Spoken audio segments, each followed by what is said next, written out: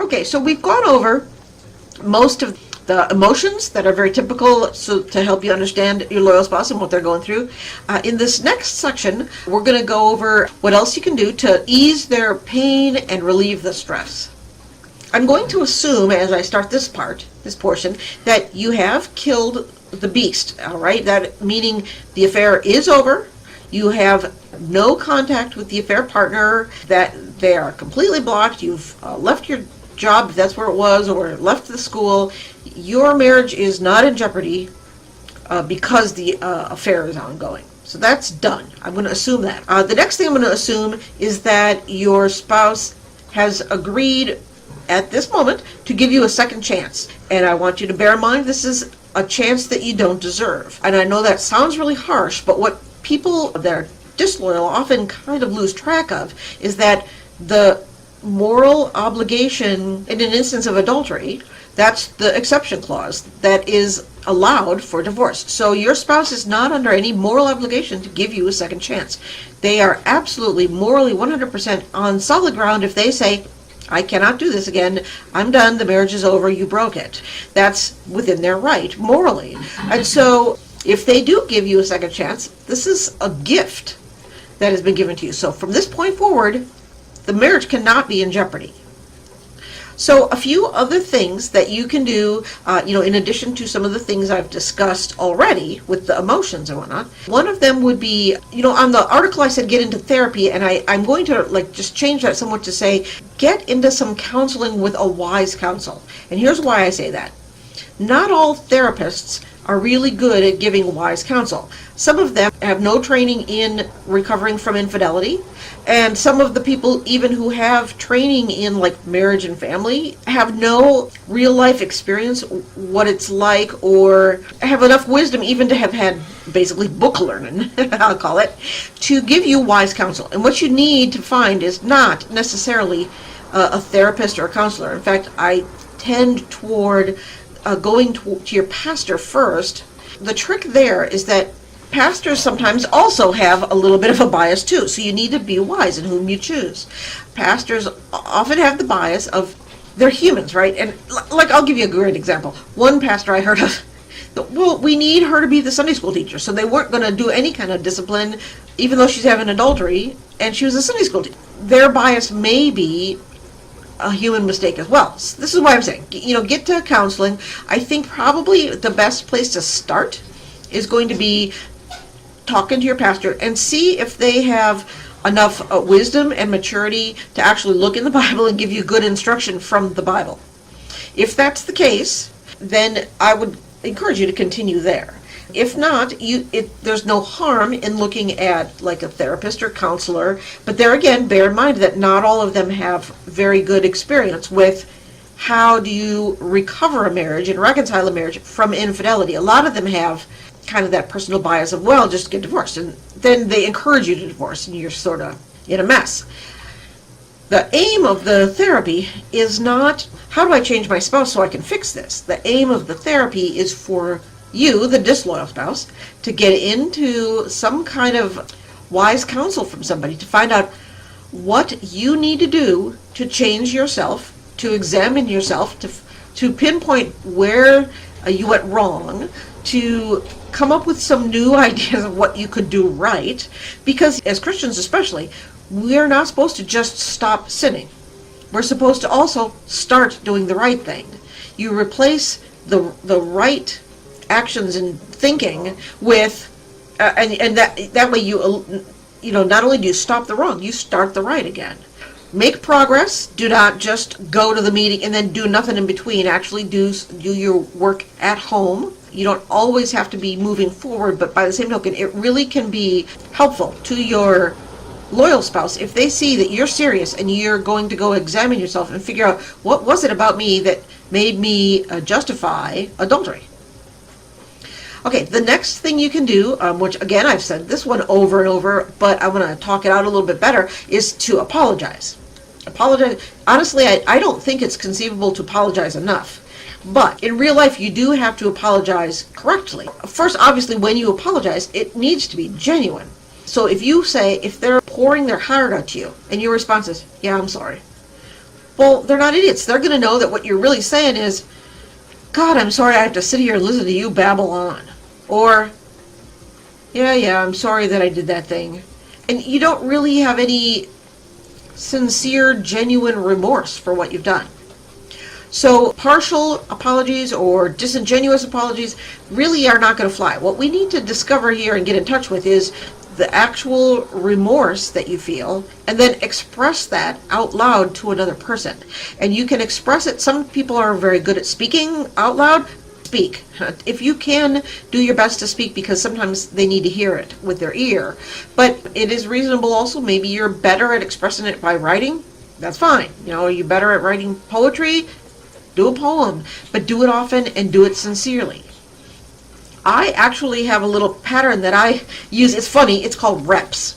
REPS. And that's the ingredients of a really good apology. R is responsibility. Take responsibility for what you did. Don't say, well, I'm sorry that you were a jerk. No, that's just blaming it on them. You want to take responsibility for what you did, and you want to pinpoint it and name it. What did you do that you're sorry for? E is empathize. This is where you would indicate to the person that you're apologizing to that if you were in their shoes, you could understand how they might feel. So you want to indicate some empathy. If you were in their shoes, you would feel, or you can understand how they would be, that kind of thing. That's empathy, okay? P would be, is the plan, okay? You want to indicate to them the plan that you have at this time to never do that again. That part is really important, because your partner does want to feel better, but part of what's holding them back is they keep thinking, what if this happens again? The P part of a really true apology will help them to understand, even if your plan is kind of stupid at the moment, at least you are thinking, what am I going to do and do differently so that this does not happen anymore? And then the S part is safety, and that is letting them know that you understand that they may need to do some things in order to feel emotionally safe right now. Now, for example, it's not unheard of for a disloyal person to, let's say they go and they confess to their loyal spouse. The loyal spouse is all upset. And at that point, the disloyal spouse is thinking, I want some reassurance that you're not going to kick me out. But the disloyal is thinking their world just fell apart, and they're really not up to giving you a hug at that moment. So when you're doing the genuine apology, you would say to them, look, I understand you may need to do some things for yourself to be safe right now. And I hope, one day that you can forgive me. The idea is that you do want to genuinely say right out loud that you do want them to forgive you. And you also need to let them know that you understand that they may need to take a little space to be safe until they figure out what they're going to do, if that makes any sense. So that's a genuine apology. Another thing you can do as you're cruising along is to realize that your spouse does want to feel better. There is so much that they are dealing with right now. They're kind of all over the place. Their world is just destroyed, and it's kind of hard. They do want to feel better. In some ways, I think they feel powerless to make it go away and make it feel better. Kind of keep, as best as you can, keep that longer term vision in your eye, so that you know that maybe just because they are withdrawing or upset this moment, that doesn't mean it's going to be that way for forever. Or because their emotions are bouncing around today, that it's going to be that way tomorrow. It can be a little bit frightening, but if you keep that longer term view in mind and realize they do want to feel better, that periodically even saying to them, it will get better. It's okay, you're having kind of a bad day today. It will be better tomorrow. We will get better at this. Reassure them that you are going to be there for the duration. And that is going to help because it's going to start building another little foundation underneath their feet. They won't feel like they're just out there swimming with no foundation. Another thing you can do that really is helpful is to hide nothing and open everything. I call this transparency, and I actually encourage this for both spouses. First, you need to understand the difference between secrecy and privacy. When you're married to someone, what you're saying is, I want to know you intimately. I want to know your thoughts. I want to know your feelings. I want to know what makes you happy. I want to know what makes you sad. And I want you to know me. I want you to know my feelings. I want you to know my thoughts. I want you to know the real me. And that's why I call it transparency, because it's see-through. You let them see through to the real you and not all these masks you hide behind. And likewise, you want to see them. Truly, you want to see through their masks and their image and see the real them. At this point, especially if you hide something, have a secret, a lie, a deception, even if it's like the kind where you're like, well, I'm not really saying I didn't do that, I just am not, it's like an omission, that's going to be devastating. You will start things all back over again if you start hiding stuff. On the other hand, if you have this voluntary transparency, what's going to happen is you will start to get to know each other better. Yes, let your spouse have the passwords to all your email accounts and all your laptops and equipment, everything, and let them have the freedom to not only to say, hey, I want to look, because then that does feel very snoopy and you don't want to be that way with your spouse, but instead invite them in. See, the part of adultery that kind of is like the core of all the issue is that you specifically did an activity that excluded your spouse. And when you're doing an activity that excludes your spouse, you're asking for trouble. So what you want to do is include them in everything. When you get a letter in your email, have your email open, let them see that your email is open, kind of go through, hey, look at some of the email I got today. It's stupid. Look at all this junk mail. I can't believe it. And what you're saying to them is, hey, you're part of my life. And likewise, instead of like being a snoopy snoop necessarily on your spouse, sit right by them maybe while they're looking at theirs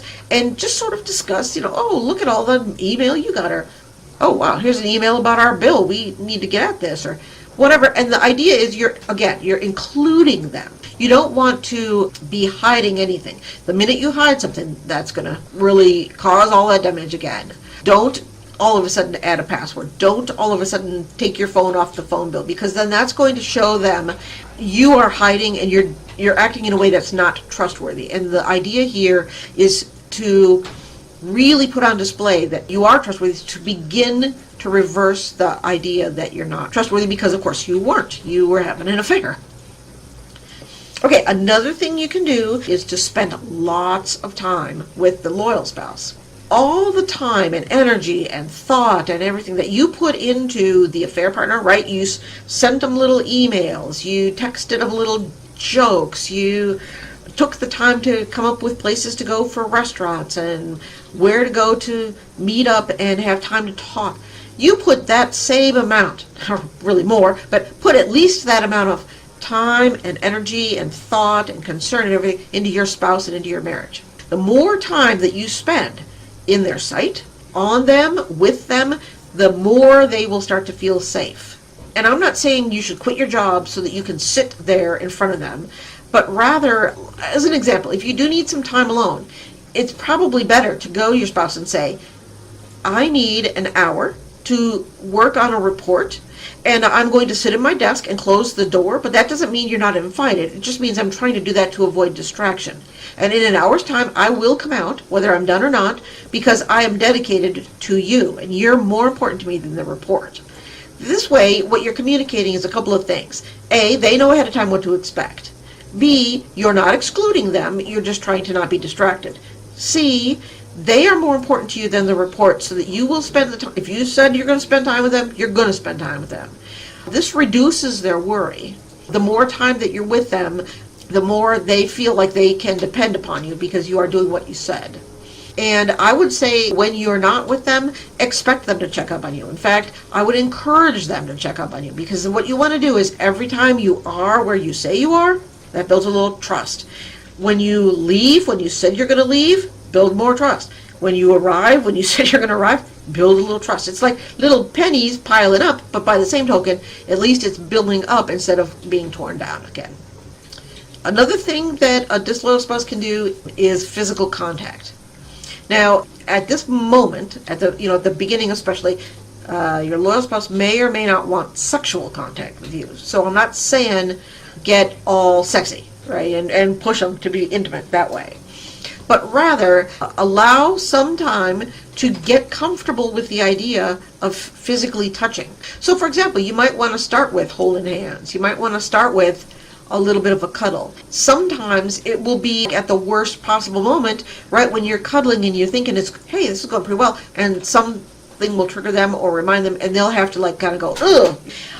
Don't lose courage when that happens. Don't think it's over, that kind of thing. Again, keep the longer view in mind. They want to feel better, and they had a momentary relapse of this contact. So you don't want to start with rebuilding with bad habits physically, but what you want to do is try to indicate that you do want to touch them, you do want them to touch you, that you do think of them as more than just a sex toy.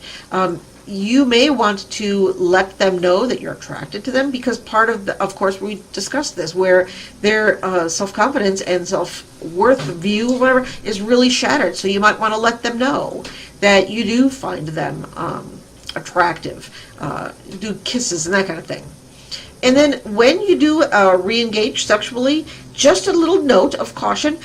Sometimes the first time especially can be a little bit clumsy, because you feel a little bit unsure of whether you can or cannot, and whether this might set them off, right? You're feeling a little bit unsure. Well, they are too. They're thinking, oh my gosh, is my spouse thinking of the other person while they're with me? Do I look pretty enough? Do I look handsome enough? You know what I mean? So bear in mind that first time might be a little clumsy, and you might even want to talk about, hey, this first time might be a little clumsy, but let's go through this together. And if you look at it like you're a team and you're doing it together, that can really be helpful with re-engaging in the physical. Okay, another thing you can do, this is really long, I'm sorry, is share your feelings of guilt and shame. Now, I know that sounds, again, a little bit counterintuitive, because usually people why would I share that? That's like a vulnerability. And, well, you made them put them in a position that is extremely vulnerable, and you want to let them know that the parts of you that are ashamed of what you did are alive. Well, you have a conscience still. You want to let them know that you're not completely self-centered and callous and whatnot. And this will, oddly enough, be a little bit reassuring, that they'll go, okay, you really were a life person. For all those years, that was your real character, and I don't know what happened, but for a little while there, something went haywire with you. If you're like most disloyal spouse, like many, I can't say all, right, but a good number actually do feel guilty when they're cheating. They do feel ashamed of being a cheater, but then they kind of harden their heart and it's like, I'm not going to admit that I was wrong, no matter what. And that's going to be like driving a wedge in your marriage. What you want to do instead is to actually let them know, hey, I actually am the kind of person who has a conscience, and verbalize to them that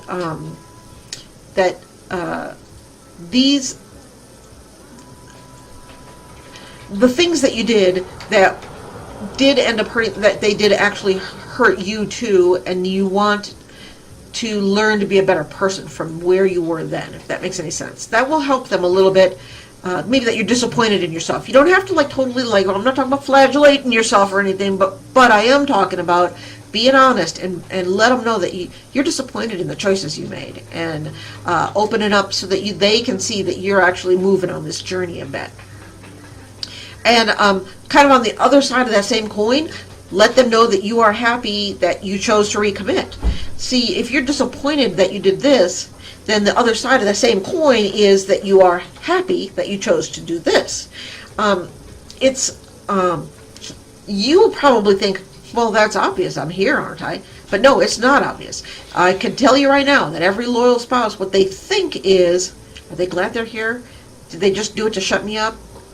You know, and you don't want to make them guess. You don't want to, just tell them. Just tell them that a couple of times. You probably need to say this one over and over. And it may not feel natural at first, but you want to kind of let them know that you are committed to them, and that you're happy that I made this choice, and I'm happy that I made this choice.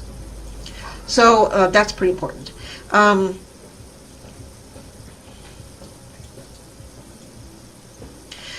then here's, like, I think maybe my last little tip on some things that you can do that will be helpful. You know how there's going to be times when there is like a bit of tension in the room. You can tell your loyal spouse is feeling pretty low, but they're not really saying anything, and they're just sort of shut down, right there. They've withdrawn. They're not expressing themselves. In that moment,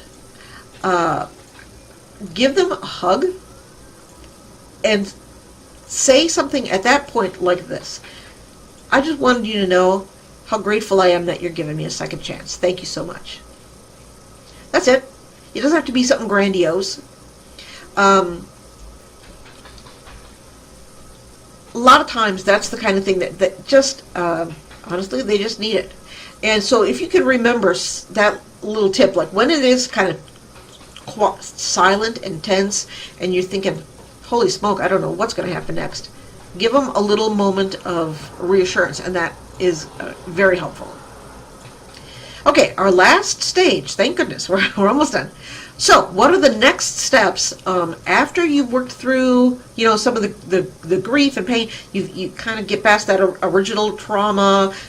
You've gone on. What's like sort of the next little portion?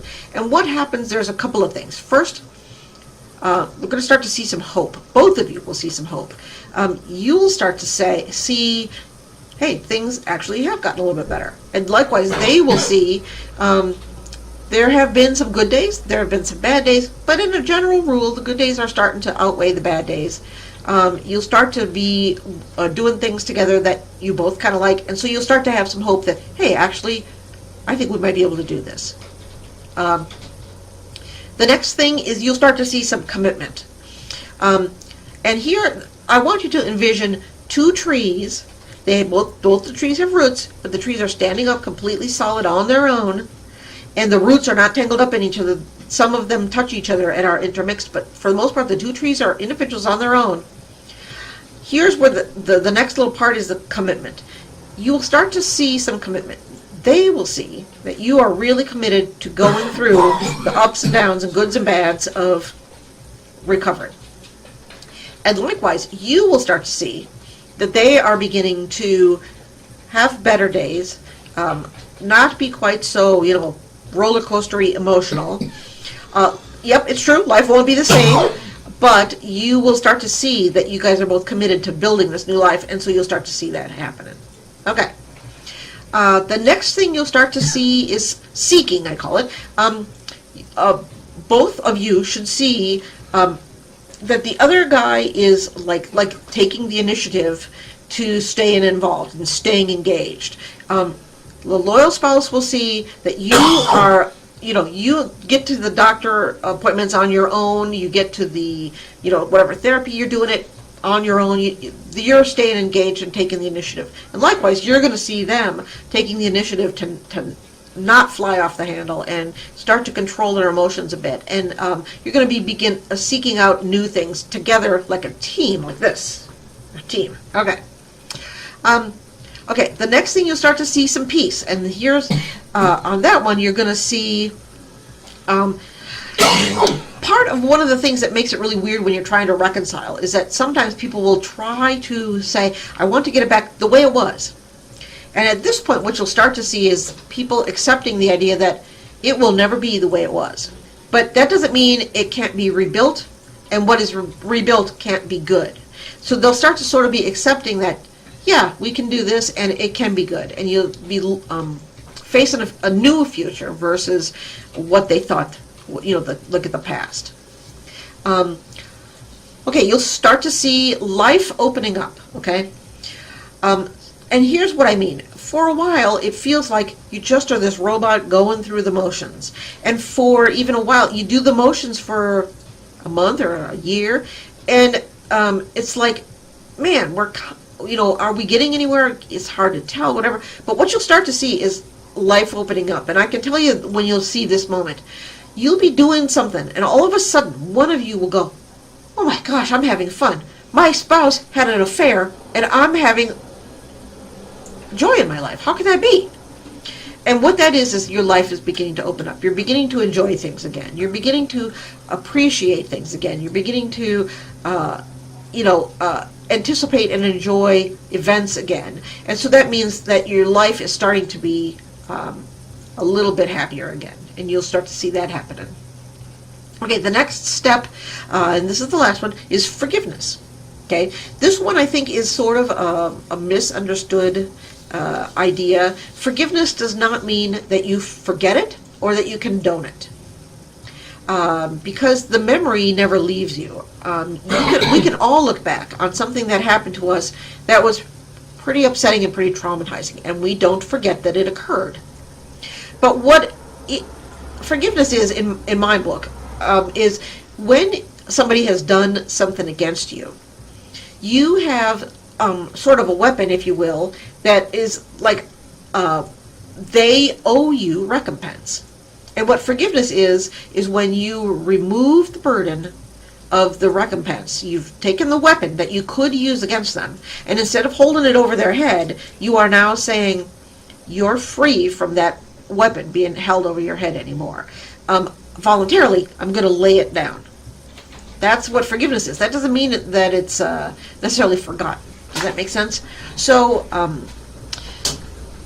both of you actually need to forgive, both of you. I know that sounds crazy, but on the disloyal spouse side, you need to forgive yourself for the horrible things that you did.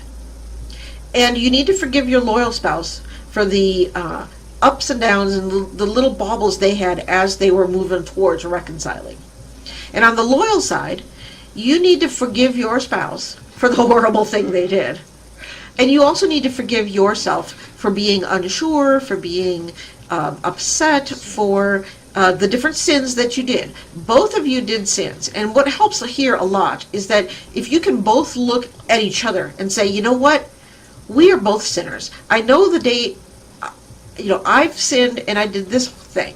You sin and you do that thing. But we both love each other, and we're committed to loving each other, like in spite of the sins that we do, and we're going to encourage each other to not sin, to be better Christians and serve God with our marriage. In the end, we want our marriages to be a wonderful image of the relationship that God wants to have with us. Close, intimate, kind, loving, gentle. This is God wants to know us, but we can't do that because of the sin we have. All right, but the model He gave us is our marriages. We struggle with it. Now we want to rebuild something that's going to be honoring God and showing a good little image. Hey, it's just a human image, but here's the little image of what it can be like with Him. So, okay. This is the conclusion of today. It's a huge, long one, and I really apologize, but this article is actually very long, and it's very, very important to go through all of these. I applaud you for sticking with me. This was a big one. You might want to break it up into smaller parts if you can't get it all at once, but I also encourage you to come back next week, because next week is going to be our number one top topic, if you will, Unfaithful that people want to know more about. So next week, usually I'm trying to put them up on Fridays. Try to come by on Friday. Our number one topic next week, and hopefully we'll be starting something new for spring then in 2 weeks' time. So thank you so much. God bless. Have a great day.